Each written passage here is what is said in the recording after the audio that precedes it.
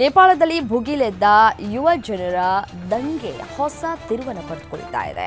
ನೇಪಾಳದ ಮಾಜಿ ಮುಖ್ಯ ನ್ಯಾಯಮೂರ್ತಿ ಸುಶೀಲಾ ಕರ್ಕಿ ನೇಪಾಳದ ಮಧ್ಯಂತರ ಪ್ರಧಾನಿಯಾಗಿ ಅಧಿಕಾರ ವಹಿಸಿಕೊಳ್ಳಲಿದ್ದಾರೆ ಅಂತ ಝೆಡ್ ಪ್ರತಿಭಟನಾ ಗುಂಪು ಅಧಿಕೃತವಾಗಿ ಘೋಷಿಸಿದೆ. ಪ್ರತಿಭಟನಾಕಾರರ ಇನ್ನೊಂದು ವರ್ಗ ಸುಶೀಲಾ ಕರ್ಕಿ ವಿರುದ್ಧ ತಿರುಗಿಬಿದ್ದಿದೆ. ಸಂವಿಧಾನವು ಅವರನ್ನ ಪ್ರಧಾನಿಯಾಗುವುದಕ್ಕೆ ಅನುಮತಿಸಲ್ಲ ಅಂತ ಅಸಮಾಧಾನವನ್ನು ಹೊರಹಾಕಿದೆ. ನೇಪಾಳದಲ್ಲಿ ಉಂಟಾದ ಉದ್ವಿಗ್ನತೆ ಕಡಿಮೆಯಾಗತೊಡಗಿದ್ದು, ಇಂಡಿಗೋ ನೇಪಾಳದ ರಾಜಧಾನಿ ಕಠ್ಮಂಡುವಿಗೆ ದೈನಂದಿನ ವಿಮಾನಗಳನ್ನು ಪುನರಾರಂಭಿಸಿದೆ. ಸರ್ಕಾರದಿಂದ ಅನುಮೋದನೆ ಪಡೆದ ಬಳಿಕ ಸರ್ಕಾರವನ್ನು ಭಾರತಕ್ಕೆ ಮರಳಿ ಕರೆತರುವುದಕ್ಕೆ ವಿಮಾನಯಾನ ಸಂಸ್ಥೆಯು 2 ವಿಶೇಷ ವಿಮಾನಗಳ ಹಾರಾಟ ಪ್ರಾರಂಭಿಸಿದೆ. 2 ವಿಶೇಷ ಪರಿಹಾರ ವಿಮಾನಗಳನ್ನು ಒಂದೇ ದಿನ ಕಾರ್ಯನಿರ್ವಹಿಸಲಿದೆ ಅಂತ ಸಾಮಾಜಿಕ ಮಾಧ್ಯಮದ ಎಕ್ಸ್ ಖಾತೆಯಲ್ಲಿ ವಿಮಾನಯಾನ ಸಂಸ್ಥೆ ತಿಳಿಸಿದೆ. ಅಶಾಂತಿಯ ನಡುವೆಯೇ ನೇಪಾಳದಿಂದ 38 ಭಾರತೀಯರನ್ನ ರಾಯಭಾರ ಕಚೇರಿಯ ಸಹಾಯದಿಂದ ಬಿಹಾರಕ್ಕೆ ತಲುಪಿಸಲಾಗಿದೆ. ನೇಪಾಳದಲ್ಲಿ ನಡೀತಾ ಇರುವಂತಹ ಹಿಂಸಾಚಾರದ ನಡುವೆ ಕಠ್ಮಂಡುವಿನಲ್ಲಿ ಇರುವಂತಹ ಭಾರತೀಯ ರಾಯಭಾರ ಕಚೇರಿಯ ಸಹಾಯದಿಂದ 38 ಭಾರತೀಯರನ್ನ ರಕ್ಸೌಲ್ ಗಡಿಯ ಮೂಲಕ ಬಿಹಾರಕ್ಕೆ ಕರೆತರಲಾಗಿದೆ. ಇದರಲ್ಲಿ ಆಂಧ್ರ ಪ್ರದೇಶದ 22 ಮತ್ತು ಕರ್ನಾಟಕದ 16 ಜನರು ಸೇರಿದ್ದಾರೆ ಅಂತ ಅಧಿಕಾರಿಗಳು ತಿಳಿಸಿದ್ದಾರೆ. ಪ್ರೇಮಿಗಳ ಸ್ವರ್ಗತಾಣ ಅಂತಲೇ ಫೇಮಸ್ ಆಗಿರೋ ಪ್ಯಾರಿಸ್ನಲ್ಲಿ ಇದೀಗ ನರಕ ದರ್ಶನವಾಗ್ತಾ ಇದೆ. ನೇಪಾಳ ಬೆನ್ನಲ್ಲೇ ಫ್ರಾನ್ಸ್ ದೇಶದಲ್ಲೂ ಸರ್ಕಾರದ ವಿರುದ್ಧ ಮಹಾ ದಂಗೆಯೇ ಶುರುವಾಗಿದೆ. ಪ್ರತಿಭಟನಾಕಾರರು ಬೀದಿಗಿಳಿದು ತೀವ್ರ ಆಕ್ರೋಶವನ್ನು ವ್ಯಕ್ತಪಡಿಸ್ತಾ ಇದ್ದಾರೆ. ವಾಹನಗಳಿಗೆ ಬೆಂಕಿ ಹಚ್ಚಿ ಹಿಂಸಾತ್ಮಕ ಕ್ರೌರ್ಯದ ಹಾದಿ ಹಿಡಿದಿದ್ದಾರೆ. ಸರ್ಕಾರದ ಬಜೆಟ್ ಕಡಿತದಂತಹ ಯೋಜನೆಗಳು ಮತ್ತು ದೇಶದಲ್ಲಿ ಹೆಚ್ಚುತ್ತಾ ಇರುವಂತಹ ಆರ್ಥಿಕ ಅಸಮಾನತೆಯಂತಹ ಹಲವು ವಿಷಯಗಳನ್ನು ಮುಂದಿಟ್ಟುಕೊಂಡು ಜನ ಪ್ರತಿಭಟನೆಯನ್ನ ಮಾಡ್ತಾ ಇದ್ದಾರೆ.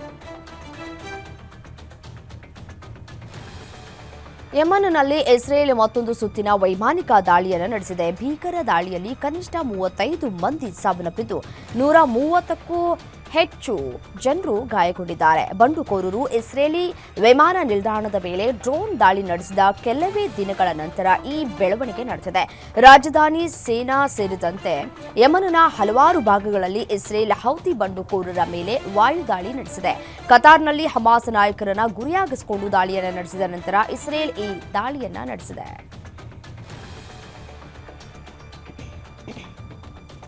ಕತರ್ನೊಳಗೆ ಹಮಾಸ್ ಮೇಲೆ ದಾಳಿ ನಡೆಸೋದು ವಿವೇಕದ ನಡೆಯಲ್ಲ ಅಂತ ಅಮೆರಿಕ ಅಧ್ಯಕ್ಷ ಡೊನಾಲ್ಡ್ ಟ್ರಂಪ್ ಇಸ್ರೇಲ್ ಪ್ರಧಾನಿಗೆ ತಿಳಿಸಿದ್ರು ಅಂತ ಉನ್ನತ ಮೂಲಗಳನ್ನು ಉಲ್ಲೇಖಿಸಿ ದಿ ವಾಲ್ ಸ್ಟ್ರೀಟ್ ಜರ್ನಲ್ ವರದಿ ಮಾಡಿದೆ. ದಾಳಿಯ ಬಳಿಕ ನೆತನ್ಯಾಹುಗೆ ಕರೆ ಮಾಡಿದ ಟ್ರಂಪ್ ತೀವ್ರ ಅಸಮಾಧಾನವನ್ನು ವ್ಯಕ್ತಪಡಿಸಿದ್ದಾರೆ. ದೋಹಾದಲ್ಲಿ ನಡೆಸಿದ ದಾಳಿಯ ಬಗ್ಗೆ ಅತೃಪ್ತಿಯನ್ನ ವ್ಯಕ್ತಪಡಿಸಿದ್ದಾರೆ. ಅಮೆರಿಕದ ಮೇಲೆ ನಡೆದಂತಹ 9/11 ದಾಳಿಗೆ ಅಲ್ ಖೈದಾದ ಮೇಲೆ ಪ್ರತೀಕಾರ ತೀರಿಸಿಕೊಂಡ ಹಾಗೆಯೇ ಕತರ್ನಲ್ಲಿದ್ದಂತಹ ಹಮಾಸ್ ನಿಯೋಗವನ್ನು ಗುರಿಯಾಗಿಸಿ ಇಸ್ರೇಲ್ ದಾಳಿ ನಡೆಸಿದೆ ಅಂತ ಇಸ್ರೇಲ್ ಪ್ರಧಾನಿ ಬೆಂಜಮಿನ್ ನೆತನ್ಯಾಹು ಪ್ರತಿಪಾದಿಸಿದ್ದಾರೆ. ಭಯೋತ್ಪಾದಕರಿಗೆ ಆಶ್ರಯ ನೀಡುವ ಖತರ್ ಹಾಗೂ ಇತರ ದೇಶಗಳು ಅವರನ್ನ ಹೊರಹಾಕಬೇಕು ಅಥವಾ ಶಿಕ್ಷೆ ವಿಧಿಸಬೇಕು, ನೀವು ಮಾಡದಿದ್ರೆ ನಾವು ಮಾಡ್ತೇವೆ ಅಂತ ಎಚ್ಚರಿಕೆಯನ್ನು ನೀಡಿದ್ದಾರೆ.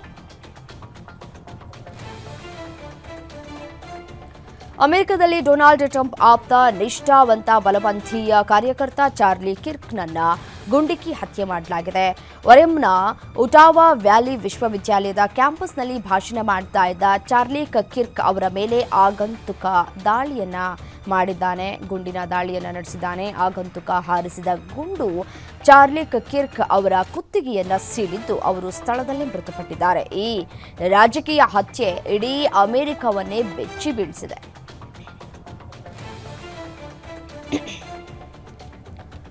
ಅಮೆರಿಕದ ಉತಾಹ್ ವ್ಯಾಲಿ ವಿಶ್ವವಿದ್ಯಾಲಯದಲ್ಲಿ ನಡೆದ ಕಾರ್ಯಕ್ರಮವೊಂದರಲ್ಲಿ ಭಾಷಣ ಮಾಡುವಾಗ ಗುಂಡೇಟಿಗೆ ಬಲಿಯಾದ ತಮ್ಮ ಆಪ್ತ ಮಿತ್ರ ಚಾರ್ಲಿ ಕಿರ್ಕ್ಗೆ ಮರಣೋತ್ತರವಾಗಿ ಅಧ್ಯಕ್ಷೀಯ ಸ್ವಾತಂತ್ರ್ಯ ಪದಕವನ್ನು ನೀಡುವುದಾಗಿ ಅಮೆರಿಕ ಅಧ್ಯಕ್ಷ ಡೊನಾಲ್ಡ್ ಟ್ರಂಪ್ ಘೋಷಿಸಿದ್ದಾರೆ. ಉತಾಹ್ ಕಾಲೇಜಿನಲ್ಲಿ ಚಾರ್ಲಿ ಕಿರ್ಕ್ ಮೇಲೆ ಗುಂಡು ಹಾರಿಸಲ್ಪಟ್ಟ ನಂತರ ಮರಣೋತ್ತರವಾಗಿ ಅವರಿಗೆ ಅಧ್ಯಕ್ಷೀಯ ಸ್ವಾತಂತ್ರ್ಯ ಪದಕವನ್ನು ನೀಡುವುದಾಗಿ ಅಮೆರಿಕ ಅಧ್ಯಕ್ಷ ಡೊನಾಲ್ಡ್ ಟ್ರಂಪ್ ಹೇಳಿದ್ದಾರೆ. ಟಿವಿ ಮತ್ತು ಸಾಮಾಜಿಕ ಮಾಧ್ಯಮದಲ್ಲಿ ತಪ್ಪು ಮಾಹಿತಿ ನೀಡುವ ಔಷಧೀಯ ಜಾಹೀರಾತು ಪ್ರಸಾರ ಮಾಡಿದರೆ ಕಠಿಣ ಕ್ರಮವನ್ನು ಕೈಗೊಳ್ಳಲಾಗುವುದಾಗಿ ಟ್ರಂಪ್ ಆಡಳಿತ ಘೋಷಿಸಿದ್ದು, ಇದರಿಂದ ವಾರ್ಷಿಕ ಕೋಟ್ಯಾಂತರ ಡಾಲರ್ ಜಾಹೀರಾತು ಆದಾಯಕ್ಕೆ ಅಡ್ಡಿಯಾಗುವ ಸಂಭವವಿದೆ. ಔಷಧೀಯ ಸಂಸ್ಥೆಗಳು ತಮ್ಮ ಉತ್ಪನ್ನಗಳ ಜಾಹೀರಾತಿನ ಜೊತೆಗೆ ಆಗುವ ಅಡ್ಡಪರಿಣಾಮದ ಬಗ್ಗೆಯೂ ಮಾಹಿತಿಯನ್ನು ನೀಡಬೇಕು. ಔಷಧಗಳ ಬಗ್ಗೆ ಹೆಚ್ಚು ಪಾರದರ್ಶಕತೆ ಒದಗಿಸುವುದಕ್ಕೆ ಈ ಕ್ರಮ ಅನಿವಾರ್ಯ ಅಂತ ಡೊನಾಲ್ಡ್ ಟ್ರಂಪ್ ಆದೇಶದಲ್ಲಿ ಉಲ್ಲೇಖ ಮಾಡಿದ್ದಾರೆ. ಜಾಗತಿಕ ಸಂಪತ್ತಿನ ಶ್ರೇಯಾಂಕದಲ್ಲಿ ಮಹತ್ತರ ಬದಲಾವಣೆಯಾಗಿದೆ. ಒರಾಕಲ್ ಸಂಸ್ಥೆಯ ಸಹ ಸಂಸ್ಥಾಪಕ ಹಾಗೂ ತಂತ್ರಜ್ಞಾನ ಕ್ಷೇತ್ರದ ದಿಗ್ಗಜ ಲ್ಯಾರಿ ಎಲಿಸನ್ ಅವರು ಟೆಸ್ಲಾದ ಮುಖ್ಯ ಕಾರ್ಯನಿರ್ವಾಹಕ ಎಲಾನ್ ಮಸ್ಕ್ ಅವರನ್ನ ಹಿಂದಿಕ್ಕಿ ವಿಶ್ವದ ಅತ್ಯಂತ ಶ್ರೀಮಂತ ವ್ಯಕ್ತಿಯಾಗಿ ಹೊರಹೊಮ್ಮಿದ್ದಾರೆ.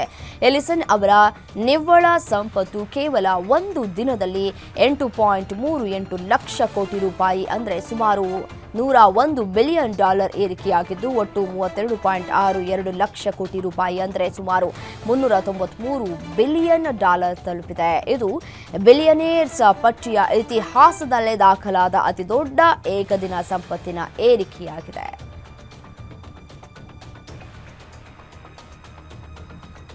ಬ್ಯಾಂಕಾಕ್ನ ಸಫಾರಿ ವರ್ಲ್ಡ್ನಲ್ಲಿ ಮೃಗಾಲಯದ ಪಾಲಕರನ್ನು ಸಿಂಹಗಳ ಹಿಂಡೊಂದು ದಾಳಿ ನಡೆಸಿ ಕೊಂದು ಹಾಕಿವೆ. ಮೃಗಾಲಯದ ಪಾಲಕನಾಗಿದ್ದ ಜಿಯಾನ್ ರಂಗ್ಪರ್ ಸ್ವಾಮಿ ಎಂಬಾತನ ಮೇಲೆ ಸಿಂಹಗಳು ದಾಳಿಯನ್ನು ನಡೆಸಿದ್ದು, 106 ಪ್ರವಾಸಿಗರ ಮಧ್ಯೆಯೇ ಸಿಬ್ಬಂದಿಯನ್ನ ಕೊಂದು ಹಾಕಿವೆ.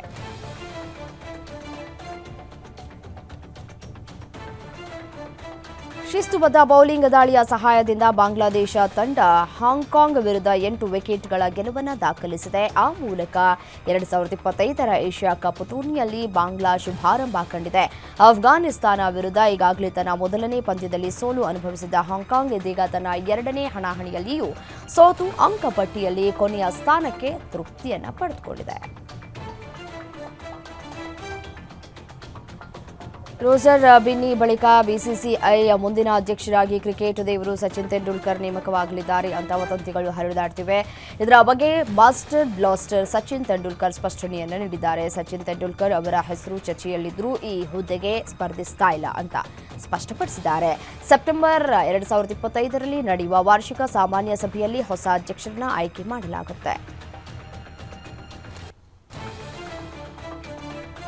2025ರ ಏಷ್ಯಾ ಕಪ್ ಟಿ20 ಟೂರ್ನಮೆಂಟ್ ಸೆಪ್ಟೆಂಬರ್ 14ರಂದು ಭಾರತ ಪಾಕಿಸ್ತಾನ ನಡುವೆ ನಿಗದಿಯಾಗಿತ್ತು.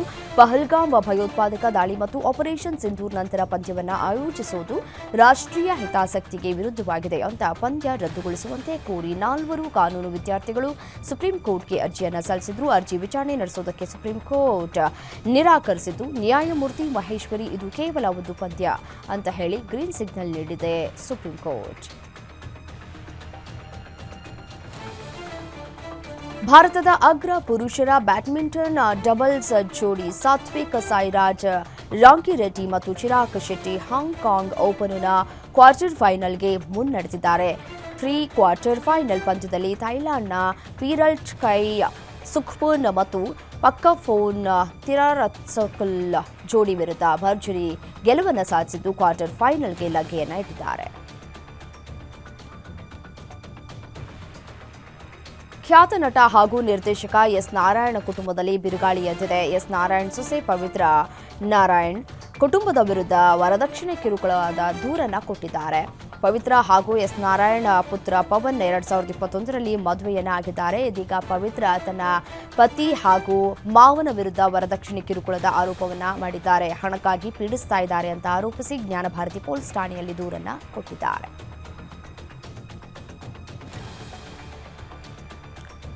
ವಿನಯ್ ಜೊತೆ ರಮ್ಯಾ ಡೇಟಿಂಗ್ ಮಾಡ್ತಾ ಇದ್ದಾರೆ ಎಂಬ ರೂಮರ್ಸ್ ಎಲ್ಲೆಡೆ ಹಬ್ಬಿತ್ತು. ಇದೀಗ ವಿನಯ್ ರಾಜ್ಕುಮಾರ್ ಜೊತೆ ಮದುವೆ ಫಿಕ್ಸ್ ಅಂದವರಿಗೆ ಪದ್ಮಾವತಿ ಕೌಂಟರ್ ಕೊಟ್ಟಿದ್ದಾರೆ. ದಯವಿಟ್ಟು ಮಹಿಳೆಯರ ಬಗ್ಗೆ ಜಡ್ಜ್ ಮಾಡೋದನ್ನ ನಿಲ್ಲಿಸಿ. ಫ್ರೆಂಡ್ಸ್ ಜೊತೆ ಫೋಟೋ ಹಾಕಿದ್ರೆ ಅವರನ್ನೇ ಮದುವೆ ಆಗ್ತೇನೆ ಅಂತಲ್ಲ. ಇಂತಹ ಸಂಕುಚಿತ ಮನಸ್ಸಿನ ಆಲೋಚನೆಯನ್ನ ಬಿಟ್ಬಿಡಿ. ನನಗೆ ಇಷ್ಟವಾದದನ್ನ ಪೋಸ್ಟ್ ಮಾಡುವ ಸ್ವಾತಂತ್ರ್ಯ ಇದೆ. ಮದುವೆಯಾದರೆ ನಾನೇ ಹೇಳ್ತೀನಿ ಅಂತ ನಟಿ ರಮ್ಯಾ ಪೋಸ್ಟ್ ಮೂಲಕ ಕುಟುಕಿದ್ದಾರೆ. ಮಲಯಾಳಂ ನಟ ದುಲ್ಕರ್ ಸಲ್ಮಾನ್ಗೆ ನಾಯಕಿಯಾಗಿ ಪೂಜಾ ಹೆಗ್ಡೆ ತೆಲುಗು ಚಿತ್ರದಲ್ಲಿ ನಟಿಸ್ತಾ ಇದ್ದಾರೆ. ಈ ಚಿತ್ರಕ್ಕೆ ತಾತ್ಕಾಲಿಕವಾಗಿ DQ41 ಅಂತ ಹೆಸರಿಡಲಾಗಿದೆ. ಚಿತ್ರದ ಅಧಿಕೃತ ಘೋಷಣೆಯನ್ನ ವಿಶೇಷ ವಿಡಿಯೋ ಮೂಲಕ ಶೇರ್ ಮಾಡಲಾಗಿದೆ. SLV ಸಿನಿಮಾಸ್ ಎಕ್ಸ್ ಖಾತೆಯಲ್ಲಿ ಮೇಕಿಂಗ್ ವಿಡಿಯೋವನ್ನ ಶೇರ್ ಮಾಡಿ ಪೂಜಾ ಹೆಗ್ಡೆಯನ್ನ ಸ್ವಾಗತಿಸಿದೆ. ನಟ ಸಲ್ಮಾನ್ ಖಾನ್ಗೆ ಬಂದ ಬೆದರಿಕೆಗಳ ನಂತರ ನಟನ ಭದ್ರತೆಯನ್ನ ಹೆಚ್ಚಿಸಲಾಗಿದೆ. ಅದೇ ರೀತಿ ಬಿಗ್ ಬಾಸ್ನವರು ಕೂಡ ಸಲ್ಮಾನ್ ಖಾನ್ ಸುರಕ್ಷತೆಗಾಗಿ ದೊಡ್ಡ ನಿರ್ಧಾರಗಳನ್ನು ತೆಗೆದುಕೊಂಡಿದ್ದಾರೆ. ವೀಕೆಂಡ್ ವಾರ್ ಸಂಚಿಕೆಯನ್ನ ಚಿತ್ರೀಕರಿಸುವಾಗ ಸೆಟ್ನಲ್ಲಿ ಪ್ರೇಕ್ಷಕರು ಇರ್ತಾ ಇದ್ರು. ಆದರೆ ಈ ಸೀಸನ್ನಲ್ಲಿ ಸಲ್ಮಾನ್ ಖಾನ್ ಭದ್ರತೆಗೆ ವಿಶೇಷ ಕಾಳಜಿ ವಹಿಸಲಾಗಿದ್ದು ಸೆಟ್ನಲ್ಲಿ ಪ್ರೇಕ್ಷಕರಿಗೆ ಎಂಟ್ರಿ ಇಲ್ಲದಂತಾಗಿದೆ.